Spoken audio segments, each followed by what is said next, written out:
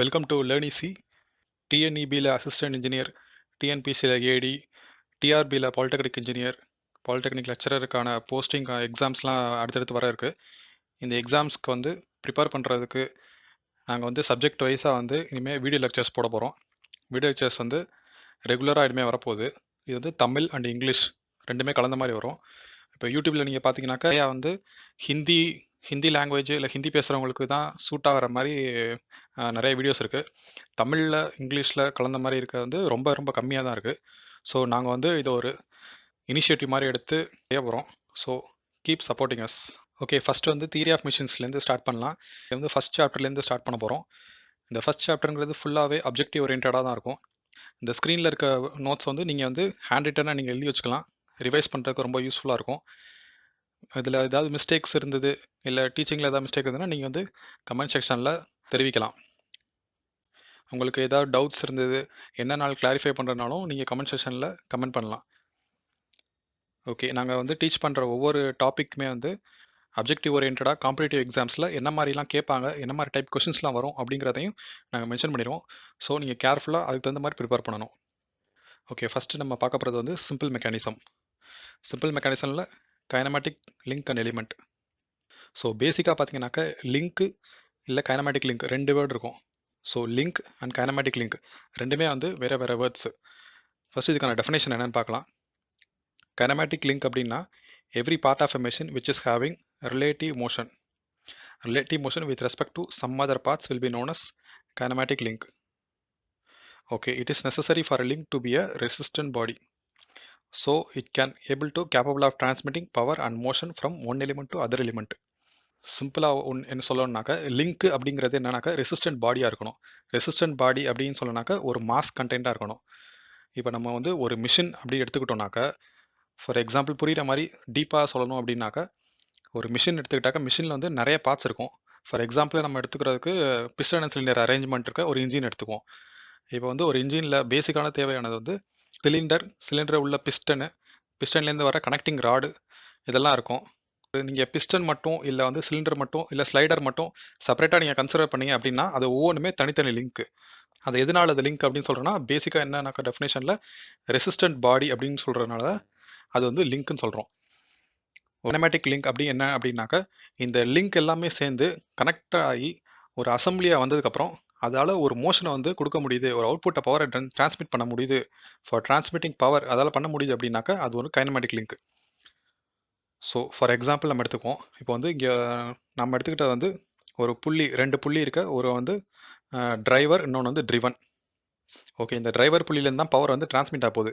எப்படின்னாக்கா இந்த டிரைவர் புள்ளி ரொட்டேட் ஆக இங்கே இருக்க பவர் வந்து இந்த கேபிள் மூலமாக, இப்போ இந்த கனெக்டிங் ராடு வந்து நம்ம வந்து என்ன யூஸ் பண்ணலாம், கேபிள் பெல்ட் ரோப் எடுத்துக்கலாம், இல்லைனாக்கா செயின் எடுத்துக்கலாம், இல்லை என்ன வேணால் எடுத்துக்கலாம். இப்போ அது மூலமாக வந்து இந்த ட்ரிவன் புள்ளிக்கு வந்து பவர் வந்து டிரான்ஸ்மிட் ஆகுது. நம்ம கீழே வந்து ஃபார் எக்ஸாம்பிளுக்கு ரப்பர் பேண்டுன்னு எடுத்துக்கிட்டோம். ரப்பர் பேண்ட் எடுத்துக்கிட்டாக்க ரப்பர் பேண்ட் வந்து இப்போ பவர் டிரான்ஸ்மிட் பண்ணும்போது ரப்பர் பேண்டுக்கு ஒரு குறிப்பிட்ட அளவு எலாஸ்டிசிட்டி தான் இருக்கும். அந்த எலாஸ்டிசிட்டி வந்து அந்த மேக்ஸிமம் லிமிட்டை தாண்டிடுச்சு அப்படின்னா அது வந்து பிரேக் ஆயிரும். ஸோ பிரேக் ஆயிடுச்சுன்னா பவர் வந்து இதால் டிரான்ஸ்மிட் பண்ண முடியாது. ஸோ இப்போ இந்த மாதிரி பிரேக் ஆயிடுச்சு அப்படின்னாக்கா அது வந்து நாட் எ லிங்க். ஸோ இங்கே வந்து ரப்பர் பேண்டுங்கிறது இஸ் நாட் எ லிங்க். இதுவே இந்த இடத்துல ஒரு ரிஜிட் பாடியாக ஒரு செயின் ஸ்ப்ராக்கெட்டோ இல்லை அப்படி இல்லைனாக்கா ஒரு ஸ்ட்ரென்த் உள்ள ஒரு பெல்ட்டோ இல்லை ரோப்போ இது யூஸ் பண்ணியிருந்தாக்கா இப்போ வந்து பவர் வந்து டிரான்ஸ்மிட் ஆகிருக்கும். இந்த மாதிரி பவர் டிரான்ஸ்மிட் ஆகிடுச்சு அப்படின்னாக்கா ஒரு கம்ப்ளீட் அசம்பிளி இருக்குது. இந்த கம்ப்ளீட் அசம்பிளி அச்சீவ் பண்ணுறதுக்கு இந்த chain sprocket and rubber pant, இந்த புள்ளி இதெல்லாமே சேர்ந்து வந்து கைனமேட்டிக் லிங்க் அப்படின்னு சொல்லுவோம். ஸோ இங்கே வந்து இந்த ட்ரைவன் இந்த ரெண்டு புள்ளி அப்புறம் இந்த கனெக்டிங் பண்ணுற இந்த ராடு எல்லாமே வந்து கைனமேட்டிக் லிங்க் அப்படின்னு சொல்லுவோம். இவ்வளோ தான் பேசிக்காக வந்து லிங்க்குக்கும் கைனமேட்டிக் லிங்க்கும் உள்ள டிஃபரன்ஸு. நீங்கள் இதை தெரிஞ்சுக்கிட்டால் மட்டும்தான் நல்லா டீப்பாக வந்து இந்த சப்ஜெக்ட் வந்து புரிஞ்சுக்க முடியும். ஓகே, நெக்ஸ்ட் வந்து டைப்ஸ் ஆஃப் லிங்க் என்னென்னு பார்க்கலாம். 3 டைப்ஸ் ஆஃப் லிங்க் இருக்குது. ஃபஸ்ட்டு வந்து ரிஜிட் லிங்க், செகண்ட் வந்து ஃப்ளெக்சிபிள் லிங்க், தேர்ட் வந்து ஃப்ளூயிட் லிங்க்.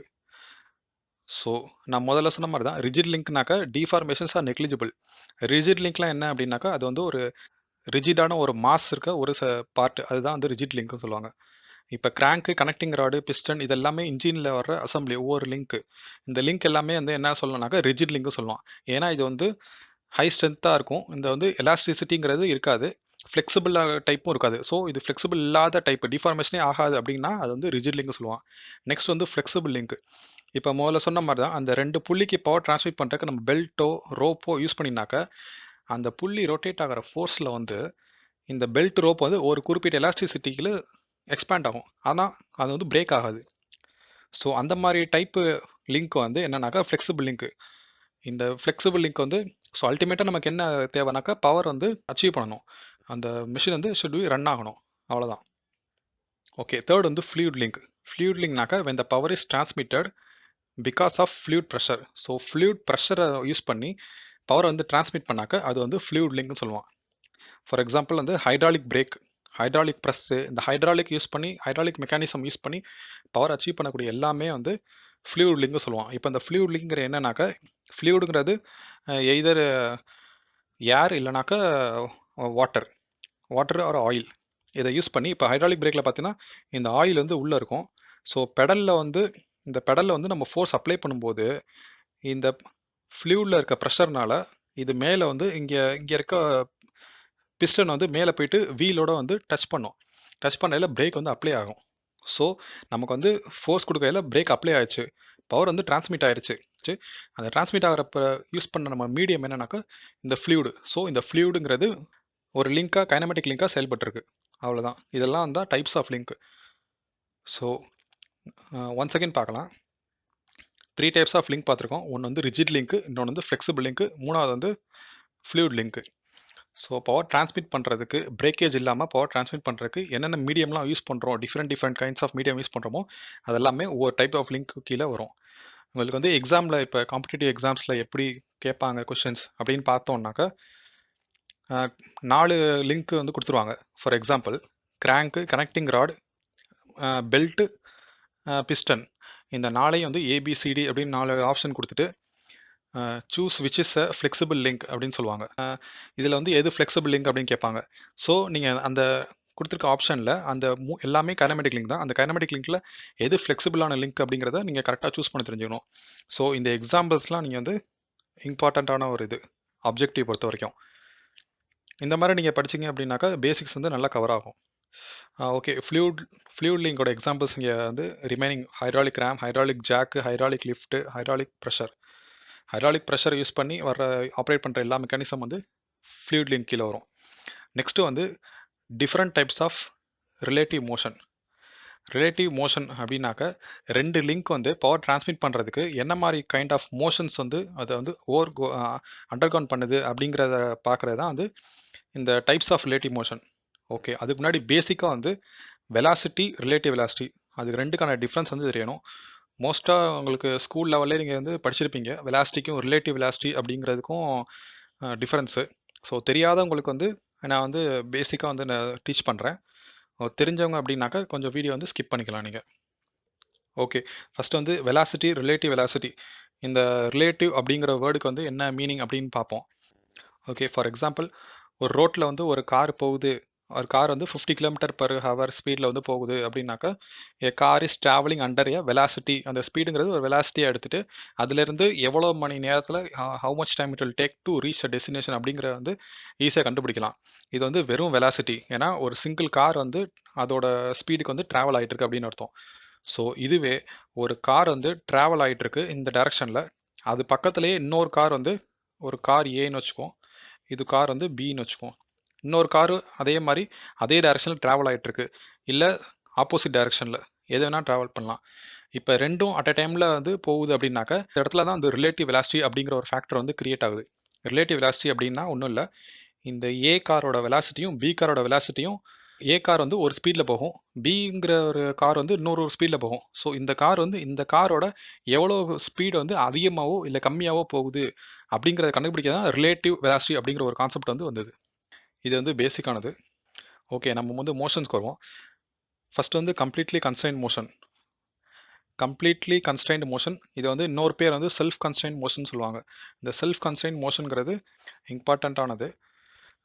நிறைய ஆப்ஜெக்டிவ் கொஷின்ஸில் வந்து கேட்டிருக்காங்க, which is a self constraint motion அப்படின்னு கேட்டிருப்பாங்க. ஆப்ஷனில் வந்து கம்ப்ளீட்லி, இன்கம்ப்ளீட்லி, அன்கன்ஸ்ட்ரைன்ட் மோஷன் அந்த மாதிரி கொடுத்துருப்பாங்க. நீங்கள் வந்து கம்ப்ளீட்லி கன்ஸ்ட்ரைன்ட் மோஷன் அப்படிங்கிறத செலக்ட் பண்ணணும்.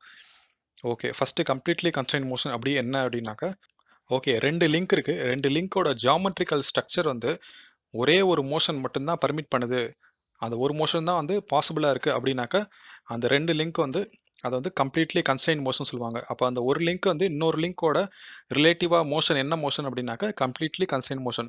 ஓகே. ஃபார் எக்ஸாம்பிள் நான் இங்க எடுத்திருக்கேன். இந்த டயகிராம்ல இருக்கிறது வந்து ஃப்ரண்ட் வியூ. இது வந்து 3D வியூல வந்து இங்க நாங்க வரைஞ்சிருக்கேன்.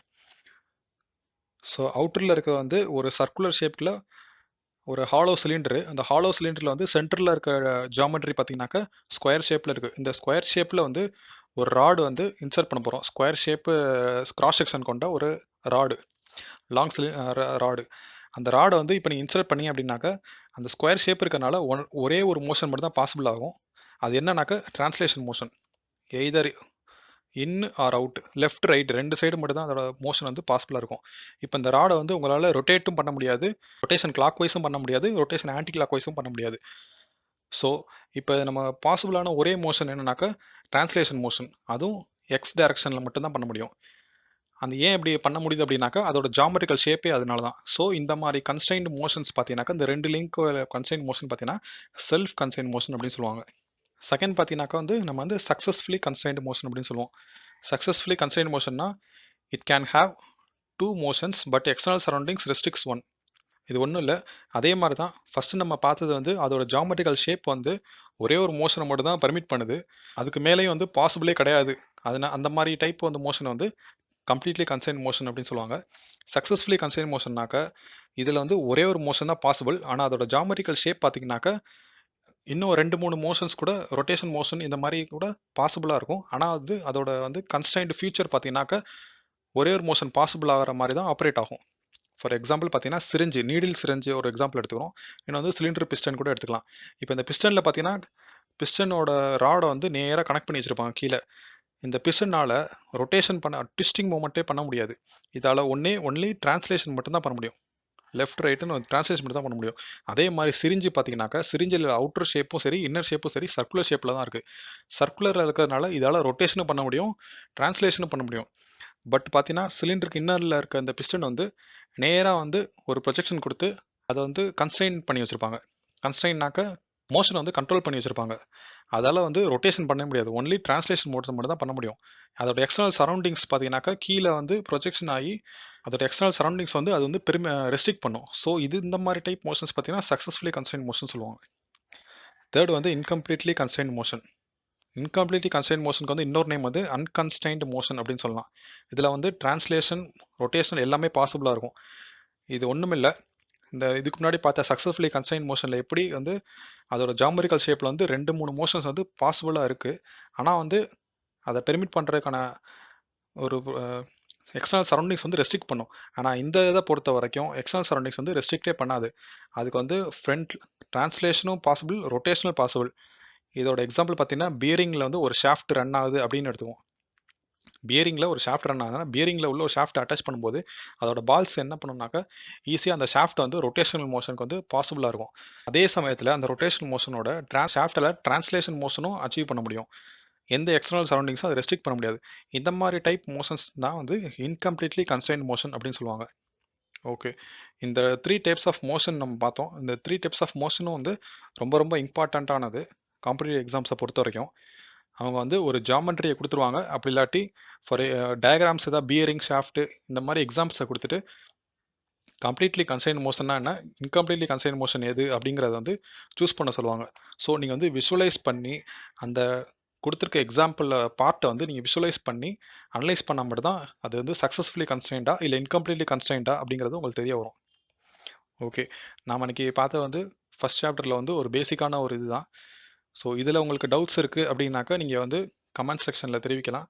அடிஷனலா டாபிக்ஸ் என்னென்ன டாபிக்ஸ் உங்களுக்கு வந்து டவுட்டா இருக்கு, அத வந்து நீங்க லேர்னிசி மூலமா நீங்க கத்துக்கணும் அப்படின்னு நினைச்சீங்கன்னாக்கா, அந்த டாபிக்ஸையும் நீங்க வந்து கமெண்ட்ல தெரிவிக்கலாம். EB exams, TNEB exams, TRB, polytechnic lecturer exams இந்த எக்ஸாம் ரிலேட்டடான எல்லா கொரீஸையுமே நீங்க வந்து கான்டாக்ட் பண்றதுக்கு கீழ வந்து கமெண்ட் செக்ஷன்ல தெரிவிக்கலாம். காம்படிட்டிவ் எக்ஸாம்ஸ பேஸ் பண்ணி தான் நாங்க டீச் பண்ண போறோம். எஸ்பெஷலி தமிழ்நாடு லெவல்ல இருக்க competitive exams. Okay. Thank you.